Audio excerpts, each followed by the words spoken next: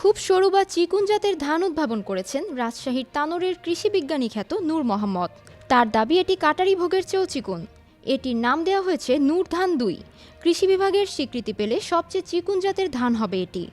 সোমবার নূর মোহাম্মদের কৃষি পরিষেবা ফার্মের গবেষণা প্লট থেকে এসব ধান কাটা হয়েছে। মাড়াইয়ের পর দেখা যায় ফলনও বেশ ভালো। তানোর সদরের গোল্লাপাড়া মহল্লার নূর মোহাম্মদ উদ্ভাবনী ক্ষমতাসম্পন্ন কৃষক। কৃষক পর্যায়ে গবেষণার মাধ্যমে কৃষির উন্নয়নে নিরলসভাবে কাজ করে যাচ্ছেন তিনি। মূলত খরাপ্রবণ বরেন্দ্র অঞ্চলে সেচের অভাবে ধান ক্ষেতের নষ্ট হওয়া দেখেই গবেষণায় নেমেছেন তিনি।